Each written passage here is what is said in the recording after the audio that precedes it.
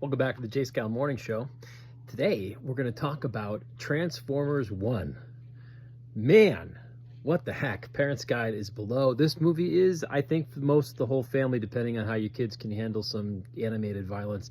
The only thing in this movie that I had a little bit of reservation for is there's one character who keeps calling himself BADASSATRON, and you have to decide as a parent, do you want your 5-year-old running around the house saying BADASSATRON?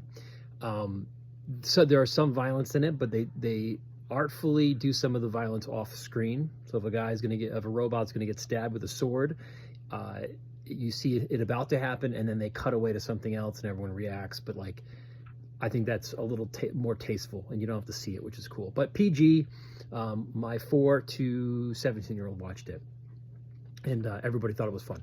So here are a couple things about this movie beyond that. Thanks for hanging out at the channel. Love that you're here. If you love movies, love to have you keep coming back. Here's the thing. My first talking point about this movie, if you are a huge Transformers fan, I need your help. And you saw this movie. Is this been the lore of Transformers the whole time? I remember growing up playing with Transformers, watching the original animated movie, watched a lot of the Beast Wars, the cartoon shows. I don't remember this much lore about how Optimus met Megatron, or was this the first stab at it? You tell me. I don't have the bandwidth to go look it up. So you tell me. I'm curious because I dug it. I really thought it was fun. Like, the lore that they built for this movie was a lot of fun to watch. I did find the movie had slightly predictable like plot points, but I didn't mind it because it was just fun to watch the whole thing. Like, you could kind of see things coming if you're a movie fan and you like watching movies all the time.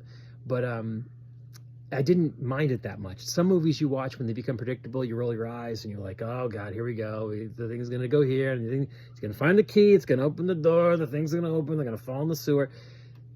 It wasn't as bad as that, but I still enjoyed it, even though some of it was like, that guy's gonna be bad, this is gonna happen. But still a fun movie to watch. The entire family liked it too, even the missus. That movie ended and we were all like, this was a fun movie to watch. They had a lot of fun ideas in the movie. One in particular was just some of the comedy in the movie. It wasn't like your Minion or like Despicable Me type comedy. There was one scene where the good guys are getting their transforming technology for the first time, and they're coming out of a cave and they're trying to transform, and it doesn't go well, and they all like basically stumble down this hill. But then they cut, animation wise, they cut to bad guys like looking across a field at them falling down this hill for the first time trying to transform, and there's humor there, and the bad guys are kind of tilting their head like stormtroopers, like, what the heck are we watching, what's going on over there? There's humor there that someone who wrote the movie thought that would be funny to see from that perspective, and I think it works. And there's other jokes in the movie that are like that, and I don't know how to describe it other than it's just a different type of humor. And there's like the potty humor, and there's the Despicable Me type humor, and the Shrek type humor that are in those movies. It was just a different vibe humor wise, and I appreciated it. Thought it was fun.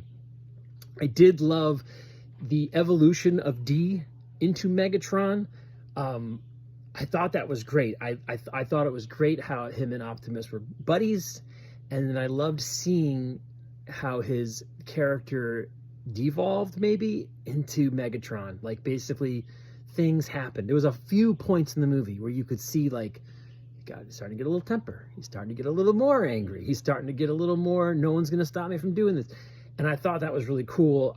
I did find, like, I thought of the Star Wars prequels and Anakin's arc, and I felt like I wish I saw more of that in the prequels, like see more of Anakin's downfall.